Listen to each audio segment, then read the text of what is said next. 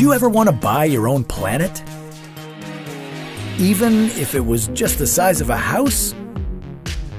It could be the perfect vacation spot. Unbeatable privacy and breathtaking views.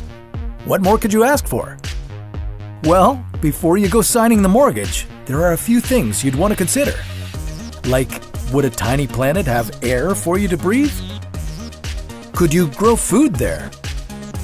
And would there be enough gravity to keep you on the surface? To figure out what life would be like on a tiny house-sized planet, you'd have to find one first. But the smallest planet we've discovered so far, Kepler 37b, is still about the size of our moon. So maybe you're better off looking at an asteroid instead. They're not technically planets, but they can be as small as 10 meters wide, so they fit the physical properties you're looking for. But there are a lot of asteroids out there, so how do you pick the best one to live on? The main asteroid belt in our solar system orbits the Sun roughly between Mars and Jupiter. It contains 3 different types of asteroids: stony, carbonaceous, and metallic. The kind that you'd be looking for is carbonaceous, because those asteroids are usually made up of 10% water, which can be broken down to oxygen for breathing. How about this one?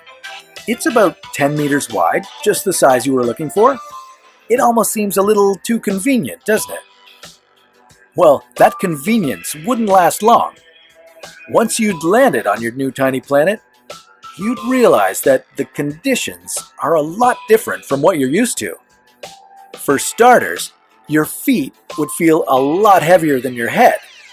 That's because your tiny planet's gravitational force would be so weak that you would also experience the feeling of other gravitational forces pulling you upward.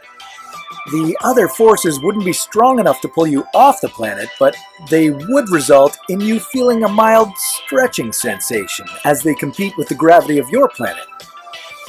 Speaking of gravity, you'd also have to be careful how quickly you move around on this planet, because if you move too fast, you could escape its gravitational pull. Every planet has something called an escape velocity, which refers to the minimum speed an object must have to escape its gravitational field. On a planet this size, the escape velocity would be 5 meters per second.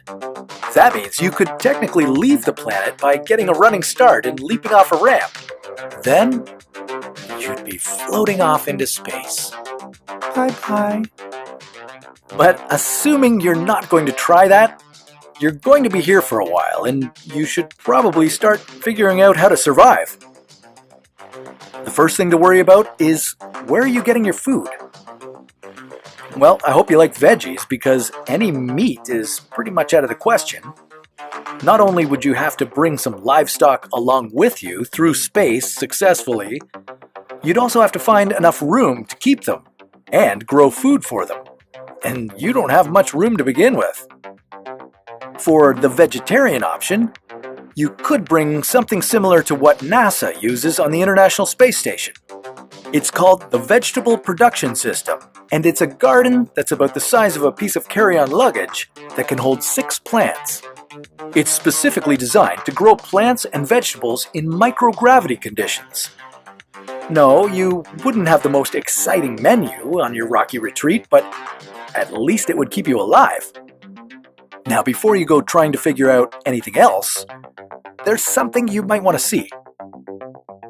A 2019 study published in the Astrophysical Journal states that any planet smaller than 2.7% of Earth's mass would lose its atmosphere and any liquid water it might have due to a lack of gravitational force. Well, even 2.7% of Earth's mass is still double the mass of the Moon, so your tiny planet would be without those 2 major components for sustaining life. If your planet can't hold an atmosphere, then you wouldn't be able to breathe, and you wouldn't have protection from the harmful radiation of space. So maybe buying yourself a tiny planet wouldn't be such a great idea after all. If you want a vacation in space, you're probably better off waiting for space hotels to be built. But that's a story for another What If.